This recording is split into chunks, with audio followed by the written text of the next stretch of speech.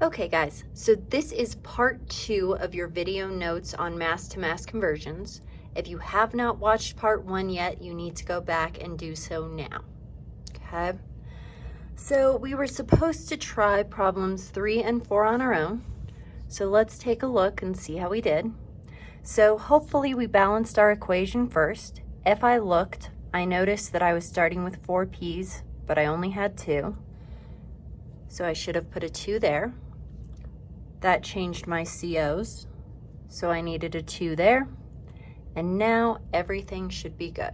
So that's my balanced chemical equation that I'm going to use for this reaction. Now in problem 3, I'm told that I have 33.72 grams of P4, and I'm told that I am changing that to grams of cobalt. So I know that this is a 3-step problem, and I know that I always start in the exact same place with the number given. So I've got 33.72 grams of P4. Now, because I'm starting with grams of P4, that should have gone on the bottom. Okay. I'm changing to, whenever I see grams, I know I'm looking at the periodic table. So if I look at my periodic table, phosphorus weighs, 31? Yes, phosphorus weighs 31. And because it's P4, I have 4 of them. So this should have weighed 124. And I know the number from the periodic table is always equal to 1 mole. In step 1, this is still moles of P4.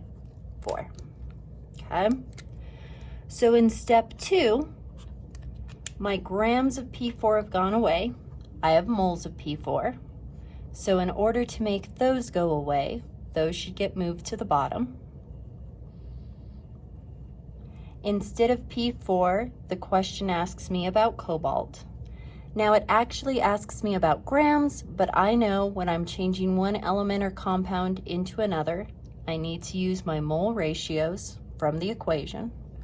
So if I look, P4 has a 1 in front of it, so that 1 goes here. Cobalt has a 2 in front of it, so that 2 goes here. So that gets rid of my moles of P4. Now I've gotten moles of cobalt. So in the last step, I know that I don't actually want moles of cobalt, so that needs to go on the bottom. Instead of moles, the question asks me for the mass of cobalt, which I know is grams. And I know that whenever it says grams, I need to look at my periodic table. So if I look at my periodic table, cobalt weighs 59.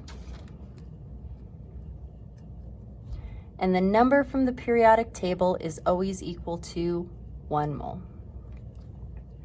Now, when I put this into my calculator, anytime there's a number on top, I multiply. Anytime there's a number on bottom, I divide. I'm going to ignore all of my 1s because multiplying or dividing by 1 changes nothing. So I'm going to take 33.72 divided by 124 times 2 times 59. And I should have gotten 32.1 grams of cobalt. Hopefully that's what our problem looked like. If not, that's okay. We're going to keep practicing. Don't worry. So take a couple minutes, pause this video now. If you haven't tried number 4, let's try number 4. It should look very similar to what we just did. But in number 4, we're still starting with grams of P4. We're changing to grams of COP2.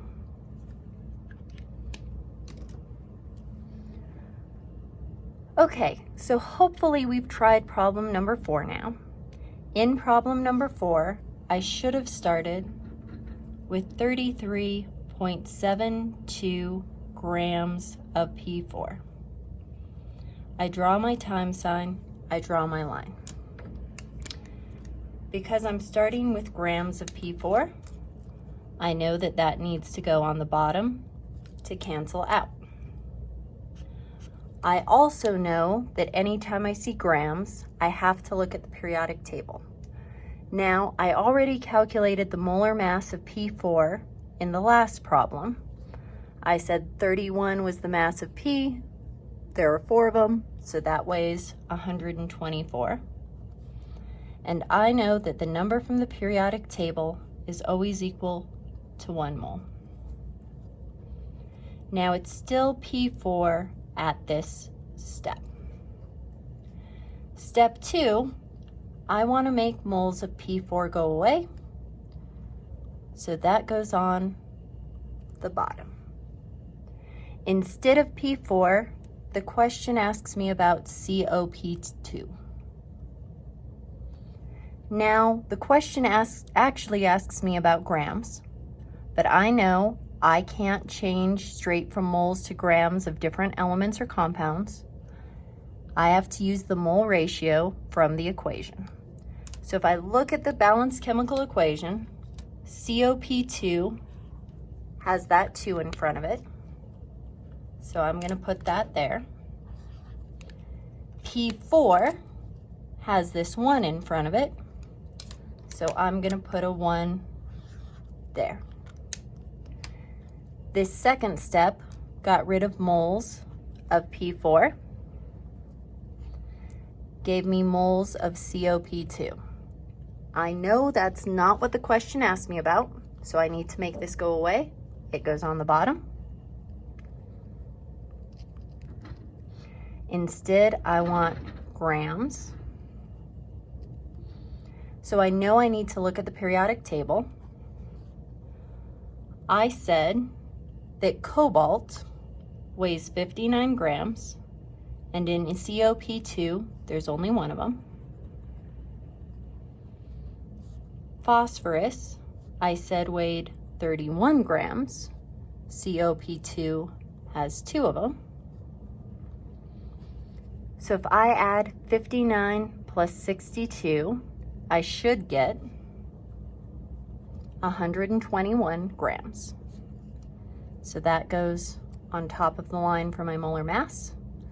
Number from the periodic table is always equal to 1 mole. When I plug this into my calculator, numbers on top I multiply, numbers on bottom I divide. So 33.72 divided by 124 times 2 times 121, I should have gotten 65.8 grams of COP2. Okay, so if you look at this worksheet, you have 3 problems on the back. All 3 problems start with the same given number. You're changing from grams of iron into something else. Okay, so problem number 5, you're changing from grams of iron into grams of calcium. Problem number 6, you're changing from grams of iron to grams of Fe2SO43. And problem number 7, you're changing from grams of iron to grams of CaSO4. Now, for problem number 6. Problem number 6 is dealing with Fe2SO43. When you add up the molar mass for Fe2SO43, I'm not going to do this for you. However, make sure. Fe2, I've got 2 irons. SO4, There are 3 of them. So this 3 goes for everything in parentheses. I originally had 1s multiplied by 3 is 3. And then oxygen, I originally had 4, but I multiplied that by 3, so I have 12. So make sure you use these numbers times your numbers from the periodic table to calculate your molar mass for Fe2SO43 on this problem. Once you've completed these 3 problems, make sure you check your answers, make sure you're solving them correctly.